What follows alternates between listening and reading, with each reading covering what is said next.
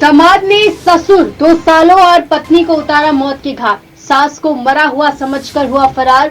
महाराष्ट्र के यवतमाल में एक शख्स ने घरेलू विवाद के चलते ससुर और 2 सालों की बेरहमी से हत्या कर डाली, जबकि हमले में सास गंभीर रूप से घायल हो गई। घटना कलंबा के तिरजादा पारधी बांध इलाके की है। देर रात 11 बजे आरोपी ने हत्या की वारदात को अंजाम दिया। जानकारी के मुताबिक गोविंद वीरचंद पवार की शादी रेखा नामक महिला से हुई थी, लेकिन शादी के बाद से ही दोनों के बीच अनबन चल रही थी। उसे शक था कि उसकी पत्नी का कहीं अफेयर चल रहा है। गोविंद को लगता था कि रेखा किसी और के साथ अवैध संबंध में है।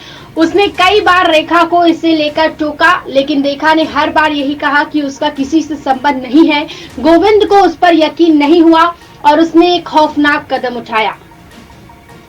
कुछ दिन पहले वो ससुराल आया तो इसी बात को लेकर उसका जो है ससुराल वालों से झगड़ा हो गया। ये बात गोविंद के दिमाग में बैठ गई। उसने तय किया कि वो एक न एक दिन सभी को मार डालेगा।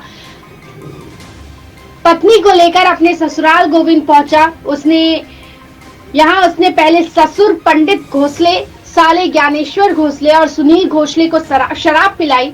जब वे लोग नशे की हालत में हो गए तो गोविंद ने लोहे की रॉड से उन तीनों पर जानलेवा हमला कर दिया, जिससे तीनों की मौत हो गई।